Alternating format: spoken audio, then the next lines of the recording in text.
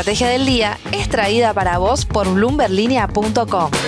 Muy buenos días, estrategas. Soy Francisco Aldaya, jefe del Buró de Argentina en bloomberlinia.com, y hoy les voy a comentar las 3 noticias más importantes para que arranquen su día. Además, Juan Pablo Álvarez con todo lo que hay que saber sobre los bonos en la fija. Como siempre, no se olviden de darle clic al botón para seguir a este podcast, de compartir este capítulo, de activar las notificaciones y si les gusta lo que hacemos acá de lunes a viernes, ¿por qué no darnos un 5 estrellas en Spotify o un pulgar arriba en YouTube? Y última sugerencia, en la descripción de cada episodio van a poder encontrar el link para suscribirse sin costo a los newsletters de bloomberlinia.com. 1.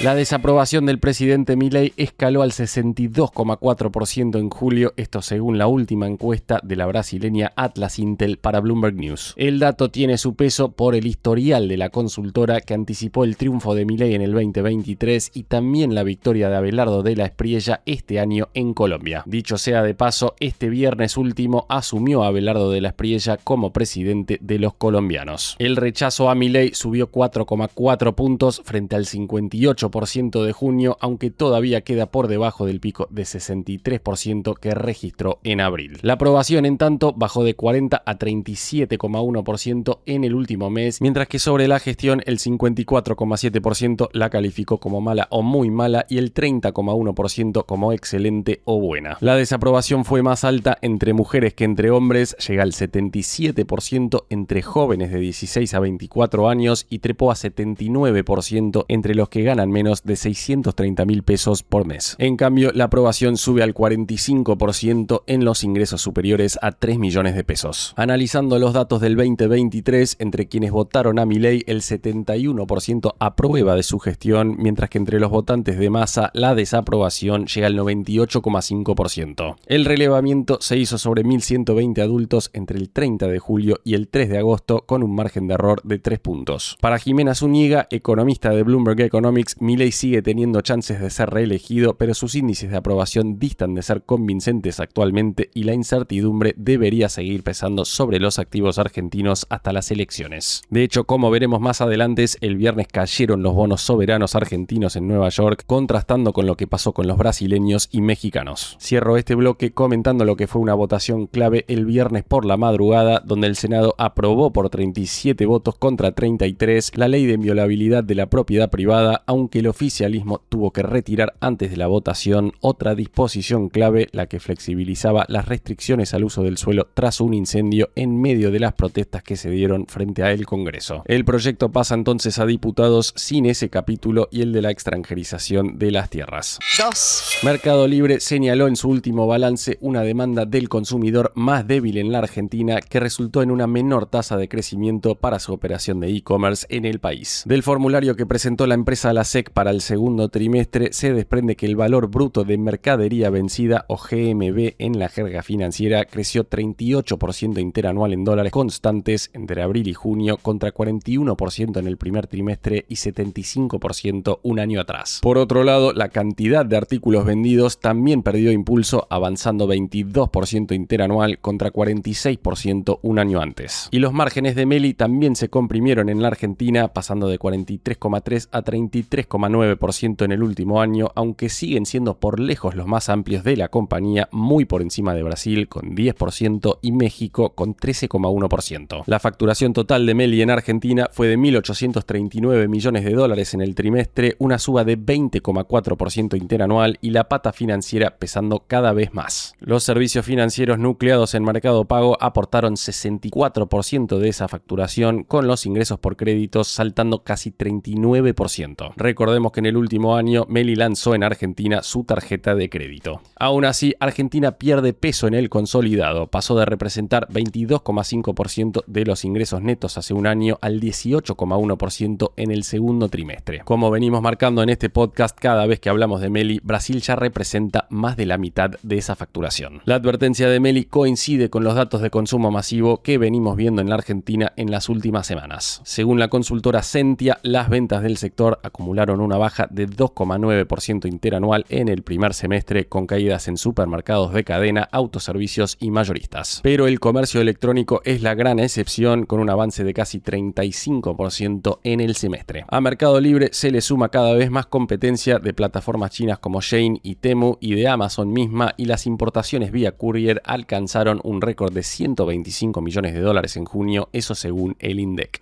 3. El S&P 500 cerró el viernes en un récord, sellando así su mejor semana desde abril, después de un dato de empleo mucho más flojo de lo esperado en Estados Unidos. La economía norteamericana perdió 23.000 puestos de trabajo no agrícolas en julio, cuando se esperaba una creación de 80.000, y las cifras de mayo y junio se revisaron a la baja en 103.000 empleos. Así las cosas, la desocupación en Estados Unidos bajó a 4,1%, aunque de la mano de una menor participación laboral y los salarios que se desaceleraron. La lectura general en el mercado fue que la Fed no se verá obligada a subir las tasas en el corto plazo. Hay quienes todavía descuentan una suba en 2026, pero no antes de diciembre. Bajo esa dinámica, el S&P 500 avanzó 0,6% el viernes, el Nasdaq 100 subió 1,2% y el Dow Jones trepó 0,3%. Los rendimientos de los treasuries americanos cayeron, con el de 10 años cediendo 4 puntos básicos hasta 4,64%. Perdió fuerza el dólar y ayudó en este contexto el frente geopolítico. Es que Estados Unidos levantaría el bloqueo a puertos iraníes una vez que se cierre el acuerdo para restablecer el tránsito por el estrecho de Hormuz, y el petróleo terminó aflojando.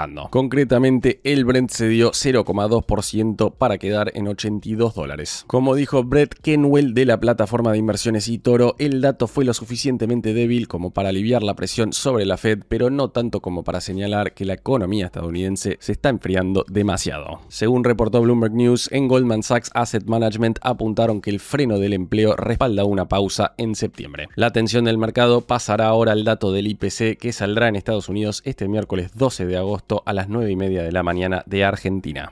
Antes de pasar a la fija, veamos rápidamente cómo cerraron los mercados este viernes. El S&P Merval cayó 0,5%, fue una jornada más roja que verde para las acciones argentinas en Wall Street, con caídas de hasta 3,8% para Corporación América y subas de hasta 1,2% para Central Puerto. Los bonos en dólares cerraron rojos, con caídas de hasta 0,3%, el riesgo país quedó en 1.451, el dólar blue en 1.525, el MEP en 1.528 y el contado con liqui en 1.581. En cuanto al dólar oficial, el mayorista quedó en 1.498,50 y el minorista en 1.520. En tasas, la LECAP, que vence el 14 de agosto, se disparó para cerrar en 40%, mientras que la que vence el 15 de septiembre quedó en 26,4%. El índice de caución de BIMA, en tanto, cerró en 22,2%. El Banco Central, por su parte, compró $16 millones y las reservas brutas quedaron en $49.455 millones.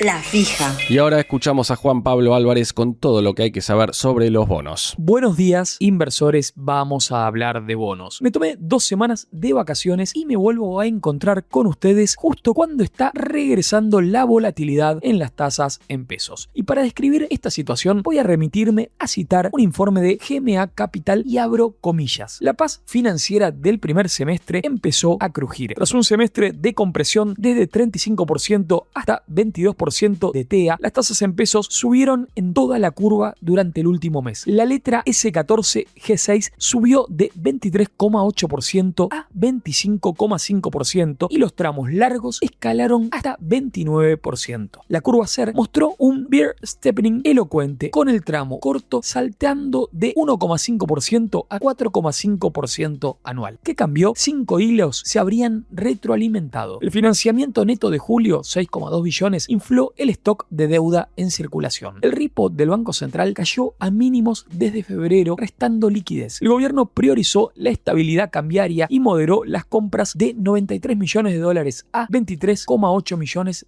diarios. El excedente de la última licitación no habría vuelto al mercado vía compras secundarias. Y de fondo, el esquema de agregados monetarios tendería a amplificar la volatilidad por diseño. Y cierro comillas en relación a lo que señaló GMA Capital. Hecha esta introducción, ahora sí vamos a hablar con un experto de mercado como nos gusta hacer en esta columna. Estoy en contacto con Matías De Luca, jefe de Research y Estrategia en Parakit Capital. Buenos días, Matías. Es un placer enorme tenerte de vuelta por acá. Empiezo por la curva hard dollar. Pareciera que el riesgo país encontró un piso en torno a los 400 puntos y al menos en lo personal me cuesta ver cómo se puede perforar ese nivel con argumentos económicos o financieros locales. Es decir, pareciera que para ir más abajo hace falta algún condimento político o algún factor externo. ¿Coincidís con esa lectura? Y te pregunto también cómo estás posicionado hoy en la curva. A nivel general, creo que Argentina destrabó y consolidó ciertos niveles o evaluaciones que para lo que viene siendo nuestra historia están muy bien. Estamos hablando de un riesgo país que oscila entre 400, 450 puntos y un Merval más o menos en torno a los 2.000, 2.100 puntos medio en dólares. Entonces, desde ese lado, defiende esos valores firme y esa es la buena noticia. Y después está el tema de afuera es un contexto algo ligeramente volátil, sobre todo lo que está pasando a nivel tasas americanas, entonces el apetito por riesgo, y dentro de eso caemos nosotros, bueno, va y viene, ¿sí? Está bastante condicionado, entonces que el riesgo país no comprima más, un poco se debe a ese contexto internacional y otro tanto, por no decir un poco más, bueno, ya sabemos lo que es el ciclo político argentino, estamos, digo, de acá a un año entramos en campaña electoral, incluso mucho menos, entonces de corto plazo me parece que es difícil verle mucha mayor compresión. Yo creo que lo que tenemos que tener presentes es que el 2028, sí, octubre puntualmente, va a destrabar escenarios binarios, que no son los que más nos gustan porque son diametralmente opuestos uno con el otro, pero bueno, la realidad es que yo creo que si el gobierno logra una reelección, sí creo que ahí sí hay motivos para terminar de perforar esos 400 puntos de riesgo país y ya directamente ir a una normalización financiera mucho mayor, y hablo no solo de evaluaciones de bonos, sino también a lo que es el mercado de cambios. Y en el mientras tanto, porque en definitiva falta mucho para las elecciones, bueno, ¿qué hacemos? Hay distintos matices. Sí es cierto que el canje relativamente alto ensucia un poco los rendimientos medidos contra MEP, porque en definitiva mirándolo para un inversor local. Pero bueno, la exposición dentro de la curva hard dólar va a depender de la perspectiva que tenga cada uno. Yo insisto con que las grandes compresiones, o sea, el trade argentino ya ocurrió. Entonces, en base a eso, uno elige qué punto de la curva se quiere posicionar más o menos. Sí creo que hay, entre comillas, algunas oportunidades, o más que oportunidades, creo que algunas evaluaciones un poco castigadas por demás. Por ejemplo, a mí personalmente no es una recomendación de inversión, pero es mi punto de vista personal. Por ejemplo, el Bonar 28. Bueno, es un bono que rinde en la zona de 7,5, 7,70, medio en MEP, y está varios puntos por encima de lo que está un crédito corporativo de duration similar. Entonces siento que el costo de oportunidad en ese tramo es alto, porque son varios puntos de TIR que dejo de devengar. Entonces, en un año, ¿sí? Cuando estemos en la campaña electoral, ese bono, por ejemplo, tendría que tener una duration mucho más corta, entonces por curva debería comprimir. Ahora, supongamos que no comprime y sigue rindiendo el 7,5 actual. Así, a grosso modo, es como que te diga que el riesgo país que hoy es 400 tendría que estar más en la zona de 800. Puede ser un escenario verosímil, puede ser, pero lo que digo es no tenés pérdida de capital y seguiste devengando ese 7,5 por un año. Entonces, creo que el costo de oportunidad de no devengar ese 7,5 respecto a otros instrumentos, creo que es alto. Entonces, a mí personalmente es un tramo que no me disgusta. Lógicamente, digo, si tenés después escenarios políticos que gatillen escenarios más o menos favorables, lógicamente el tramo corto, o sea, el movimiento debería ser más agresivo y que la curva que hoy tiene pendiente positiva se ponga con pendiente negativa, y ahí sí se castiga bastante ese tramo de la curva. Pero ya estamos hablando con el diario del lunes, post elecciones. Yo estoy refiriéndome a dónde nos podemos posicionar de acá a un año. Entonces creo que desde ese lado ahí hay algo para aprovechar aún. Yendo ahora a la curva pesos, me gustaría preguntarte si estás viendo algún tipo de estrés y si te preocupa la dinámica de los últimos días o si sos optimista. No veo estrés puntualmente, sí lo que percibimos todos que es cierta saturación. A ver, la Secretaría de Finanzas viene haciendo un trabajo muy prolijo que es tratar de patear la mayor cantidad de vencimientos post elecciones, que tiene sentido porque acota la volatilidad que puede haber en el 2027 durante la campaña electoral, y eso también, digo, al final del día se traduce en la economía real. Entonces, más allá de lo financiero, eso es prudente y al mismo tiempo se gana algunos grados de libertad para manejar la política monetaria del año que viene. Lo que sí sucede es que, bueno, tiene un correlato que es venís ofreciendo tantos instrumentos en la parte larga de la curva que al principio, yo de hecho en algunos informes que sacamos desde Parakit hemos mencionado la necesidad de estirar la curva, puntualmente la curva SER. Por ejemplo, el TZX28 cuando se emitió tenía 4 años de duration, ahora lo más largo de la curva SER eran 2 años, entonces celebramos que hayan instrumentos de más largo plazo. Pero bueno, pasamos de que no había a que ahora justamente quedó sobreofertado, entonces lo que vemos es curvas en pesos que están un poquito saturadas, o lo que solemos decir pesadas. Respecto a la dinámica, creo que sí, el segundo semestre va a ser algo distinto al primer semestre porque cambiaron algunas cosas. Por un lado, bueno, lo de oferta relativa que te acabo de mencionar, bueno, antes no había mucho de tramo largo y ahora hay un montón. Lo segundo también es el Banco Central en lo que va del año compró un poco más de 13.000 millones de dólares, ¿sí?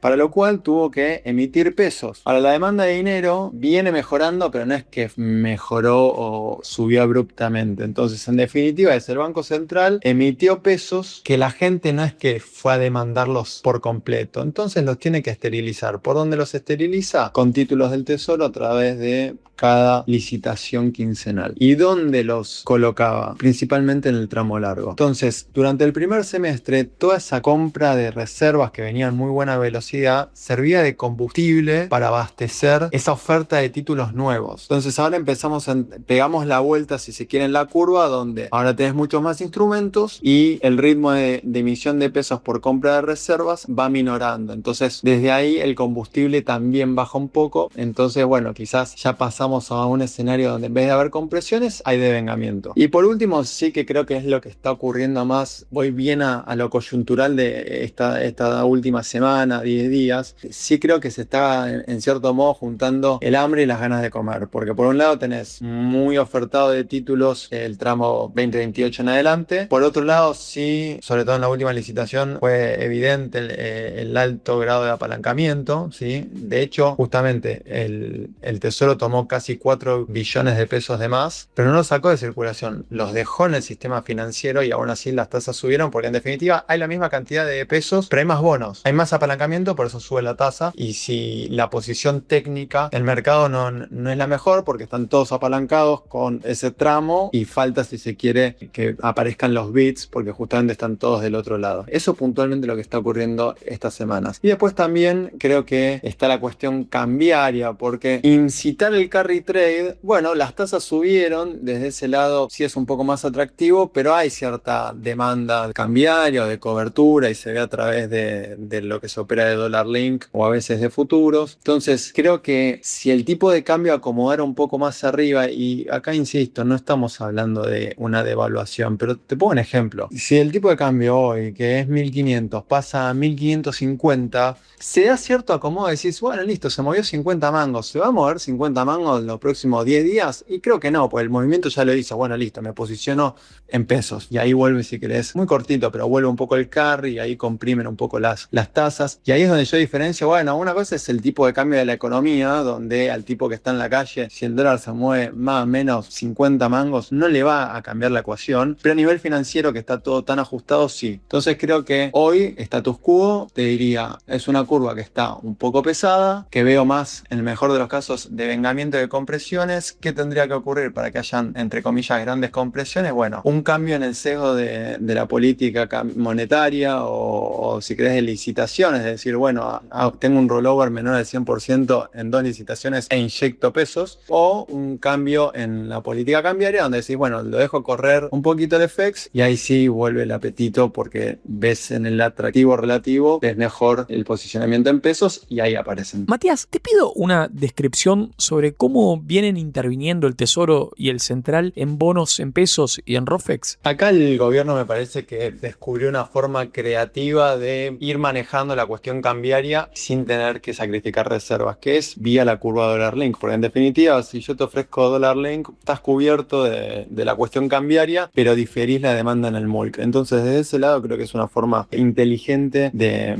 ir administrando. Tiene el correlato de que, bueno, si vendés títulos dólar link, sacás pesos de circulación, entonces desde ese lado, llevado al extremo, en una corrida, digo, sacás combustible a la corrida porque sacás pesos de circulación, igual no es el caso, ¿no? Pero le estoy llevando al extremo para que se entienda. Lo que sí se ve es que, bueno, esa operación sigue firme. Hay veces que cuando los pesos están mucho más ajustados o escasos, quizás hay más presencia en ROFEX, como para no ser tan agresivo a nivel monetario. Entonces, ves desde ese lado o percibís una autoridad monetaria donde está administrando, pero al mismo tiempo que vela por cuidar lo que es la liquidez del sistema financiero. Y después, yo lo digo con un tono cómico, ¿sí?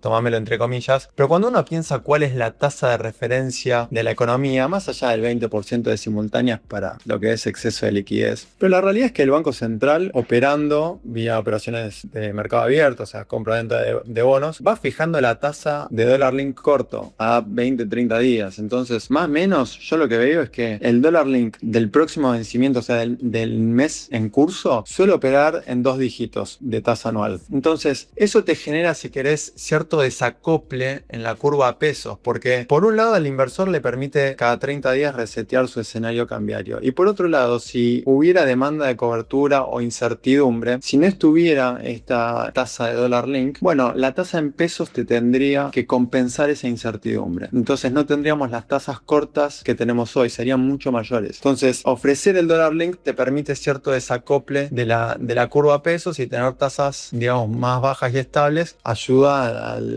a este tema de contener la mora crediticia. Entonces, tienes, si querés, un pro que es evidente desde ese lado, una contra que es, bueno, me estás ofreciendo cobertura cambiaria fuera de curva, entonces sí es como, en cierto modo, no sé hasta qué punto es demanda de cobertura o simplemente vos la estás generando artificialmente por ofrecer un instrumento fuera de curva. Pero bueno, yo insisto con eso, se acomodará o aflojará en el momento que el tipo de cambio se acomode en un nivel donde en el promedio a todos los deje contentos, y ahí esa tasa de dólar link estará más en curva, y ahí, insisto, volverá un poco más el oxígeno a los pesos. Matías, ¿y en qué nivel estás calculando las break-even de inflación implícitas en la curva pesos? Un poco también de la mano de esta suba de tasas sutil, digo, veníamos acostumbrados a tasas en torno a 21, hoy están más en la zona de 23, digo, de tasas de overnight, pero bueno, en ese movimiento la implícita inflación para el 2026 venía en torno al 27 y medio más o menos, es decir, que el 2026 cierra con una inflación del 27 y medio, hoy está en la zona del 29 y medio. Por eso te digo, se da de la mano de este movimiento de tasas. Hoy lo veo un poco más parejo, yo sigo con un escenario en torno 30-31 que cierra el 2026. No es muy alejado, pero bueno, desde ese lado voy a seguir con mi sesgo hacia instrumentos SER, dado que estamos muy cerca de la break-even, en mi caso un sesgo apenitas al alza. Matías, retomo esto último que me decís en relación a SER y te pregunto, a modo de conclusión, ¿cómo te posicionarías hoy en pesos para manejo de liquidez y cómo para retorno total en pesos? En el caso de una que es simplemente manejo de liquidez, me parece que hay instrumentos a tasa variable, TAMAR, con un margen positivo sobre la tasa que no están mal, y también me gusta lo que es el tramo SER de finales del 2026. En su afán de no emitir instrumentos 2027 y patearlos para 2028 en adelante el Tesoro,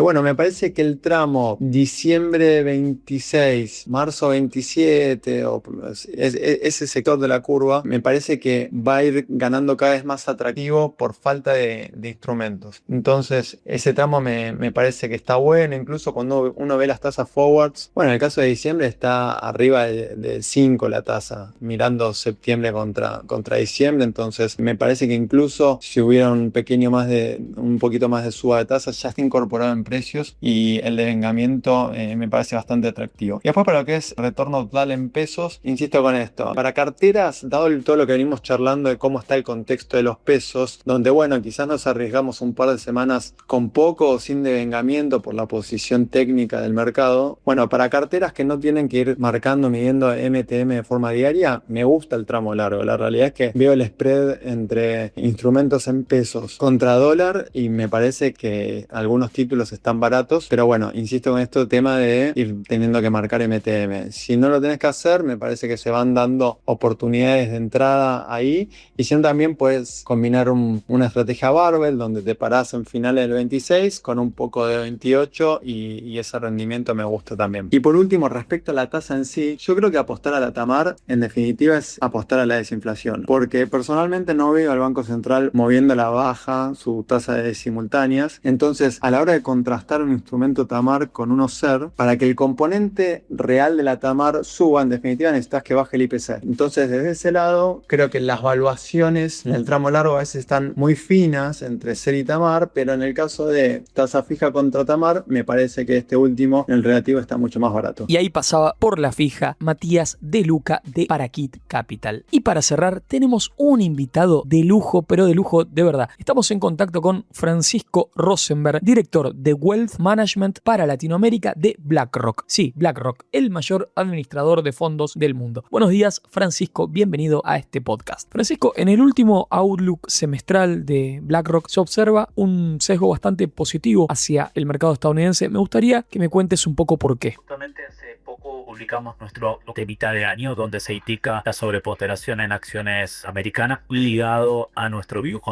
sobre la inteligencia artificial y la inversión que se requiere para llevar a cabo. Entonces, te presentar un poco de los grandes temas que estamos viendo, que se ata un poco con esa visión en Estados Unidos. Estamos balanceando entre un punto de escasez y de abundancia. La escasez en oferta y recursos materiales e infraestructura, en parte que te lleva a esta construcción de toda la infraestructura de inteligencia artificial, data centers y un montón de cosas que has escuchado, que generan en el corto plazo ciertas restricciones y escasez, con la promesa de que eso eventualmente va a generar mayor abundancia por los aumentos en productividad que vamos a ver. Luego, poco lo que son los distintos macro calls que hay, ¿no? Grandes movimientos macroeconómicos y visiones, porque si hablamos de abundancia versus escasez, podemos hablar del crecimiento, que es si lo que es esta revolución de inteligencia artificial no va a ayudar a romper ese crecimiento de aproximadamente 1.9% que lleva a la economía americana creciendo los últimos 100 años, que no ha podido ni la revolución industrial y el boom de internet romper esa tendencia de largo plazo, y hoy todavía no se sabe. Está la expectativa de que sí, y eso te va a impactar claramente en mayor crecimiento o menor crecimiento. El costo, ¿no? En algunos días el mercado tiene una corrección muy importante porque sale X artículo que el costo de la memoria va a ser más bajo de lo que se espera, ¿no? Los modelos van a consumir menos de lo que se espera,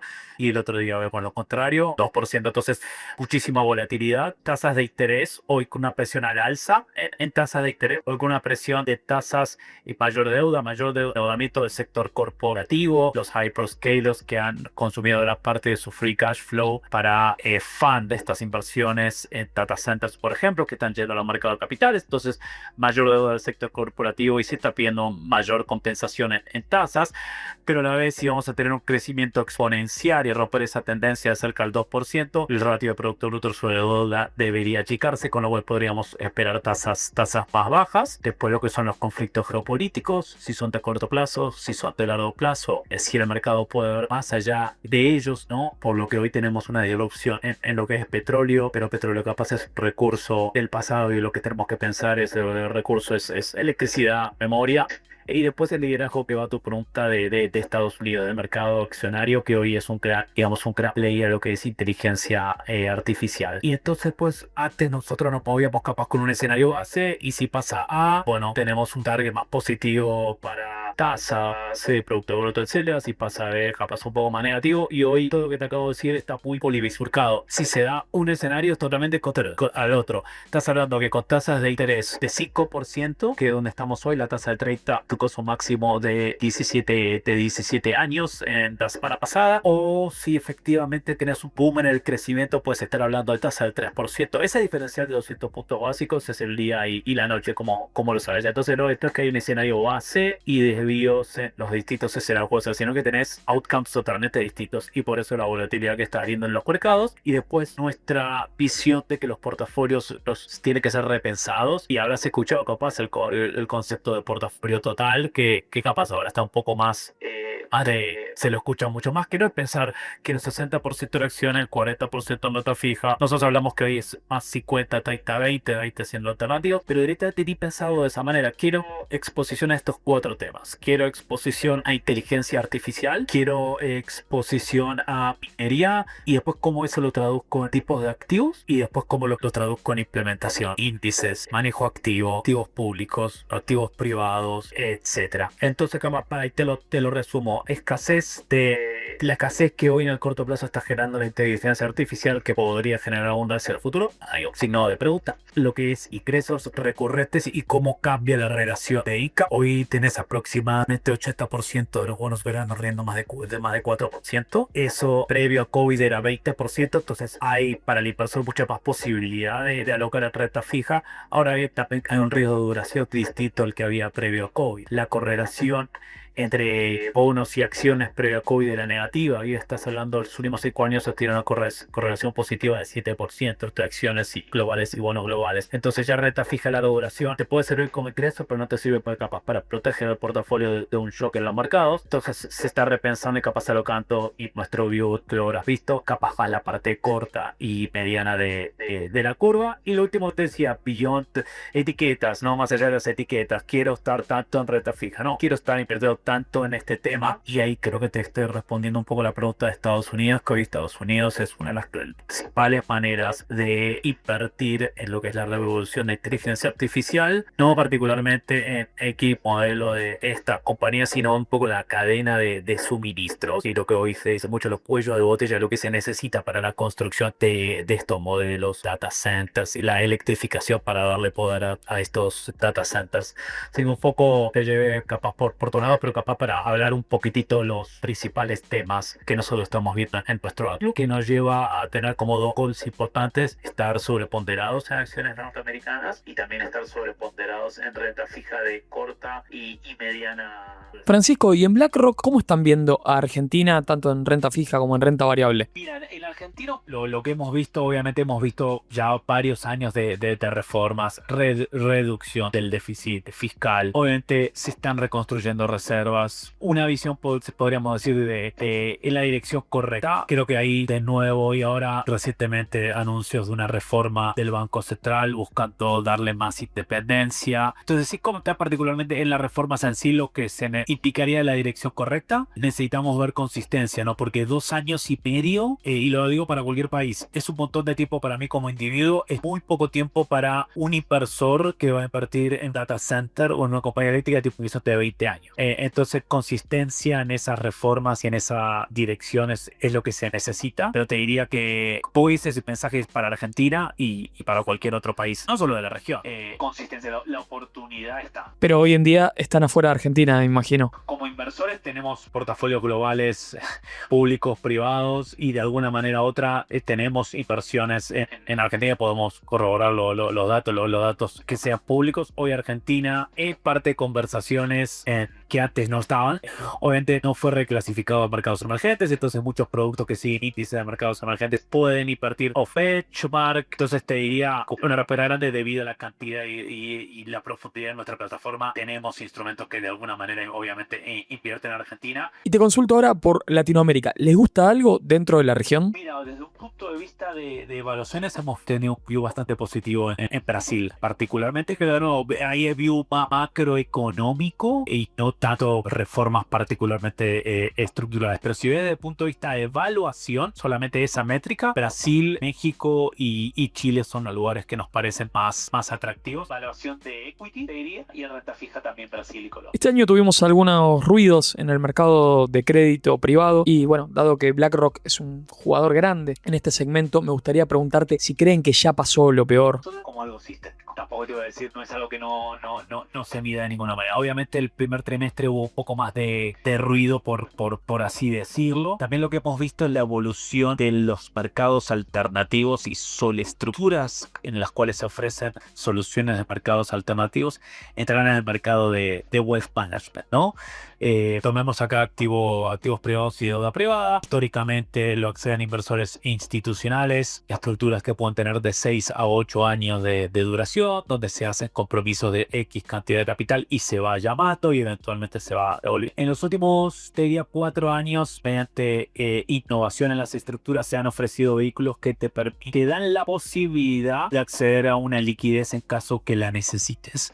Y se llaman lo que son estas estructuras, llaman los Non-Traded BDC, Non-Traded Business Development Companies, que te dan la posibilidad de redimir hasta un 5% del patrimonio total del fondo por trimestre. Si todo lo sale a rescatar, tienen la decisión de ahorrar al 5%. Lo que pasó es que debido a ruidos particularmente del sector de software a comienzos de año, donde se habían originado bastantes créditos del ámbito privado y un nuevo inversor, el individuo Wealth Management capaz un poco más sensible a los headlines, empezó a redimir y hubo varias compañías que tuvieron redenciones bastante altas por encima del 5% y obviamente otorgaron lo que los prospectos indicaban, el 5%, porque si el subyacente es ilíquido, tienen ciertos mecanismos para generar una cierta liquidez, que es ese 5%, por algo se diseñaron de esa manera. Entonces se entregó ese 5%, pero darte un ejemplo, hubo redenciones por 8%. Y ahí obviamente se exageró de que esos fondos no estaban dejando salir a los inversores, que es una prueba más de que como industria tenemos que seguir trabajando en la educación financiera, porque los vehículos hicieron exactamente lo que tenían que hacer. Ahora bien, ha bajado un poco el ruido del sector de software, pero en su momento las tasas de default no aumentaron materialmente y se estaba viendo salidas como si había libros exageradamente muy overweighted software, en torno a un 20%, y no tengo acá la matemática exacta, pero si vos asumías que todo el sector de software, ese portafolio iba a defaultear, esos son productos que estaban esperando rendir entre 7 y 9%, si todo ese segmento defaulteara, probablemente iban a rendir entre 2 y 4%. Entonces estás hablando de un escenario bastante extremo, que los retornos iban a ser positivos de todas maneras, ¿no? Entonces ahí después empezaron los paralelismos con otras crisis financieras de hace 2 décadas. Obviamente un poco ha mermado el ruido porque han sido saliendo los números, salieron los de los bancos que cuánto le habían prestado ese tipo de estructuras y obviamente no eran tan relevantes. Entonces obviamente eso se ha calmado y nosotros seguimos viendo crecimiento, mirando un poco nuestras franquicias de productos en esa franquicia, en lo que es crédito privado. Como sabes, BlackRock es un jugador muy relevante, es el quinto gestor más grande de mercados privados, siguiendo las adquisiciones de GIP, Global Infrastructure Partners, y HPS, que justamente su core es crédito. Entonces sí, te diría que es algo que monitoreamos, que hemos visto un aumento en estrés, pero definitivamente nada que consideramos sistémico. Y Pipo, este tipo de conversaciones, Juan Pablo, la teníamos durante el primer trimestre y era un poco el mismo view, y hoy sí se ha calmado bastante. Y ahí pasaba por la fija Francisco Rosenberg de BlackRock, a quien le agradecemos muchísimo por haber estado en este podcast. Estimados oyentes, me despido de todos ustedes. Nos volvemos a encontrar la semana que viene. La frase del día. Antes de irnos, escuchemos ahora a Federico Filippini, economista de AdCap, después de que el viernes se conociera el dato de la inflación porteña. En julio de 2026, el IPCBA se aceleró a 2,9% mensual, explicado principalmente por el impacto de los servicios vinculados al turismo, como hoteles, paquetes turísticos y pasajes aéreos. Este punto es importante porque típicamente en julio se observa un desacople relevante entre el IPCBA y el IPC nacional del INDEC, dado el mayor peso relativo de las categorías turísticas en la canasta de la ciudad. Veremos entonces si la inflación del INDEC queda por debajo de lo que marcó el gobierno de la ciudad. Esto fue un nuevo capítulo de la Estrategia del Día Argentina. Yo soy Francisco Aldaya, jefe del Buró de Argentina de Bloomberg Línea, y me podés seguir en X en @franaldaya. No se olviden de darle clic al botón para seguir a este podcast y a la campanita para que se enteren al instante cada vez que sale un capítulo de lunes a viernes. Espero que tengas una gran jornada productiva. Esto fue La Estrategia del Día Argentina, escrito y narrado por Francisco Aldaya. Producido por Arturo Luna y Daniel Hernández. Que tengas un día muy productivo.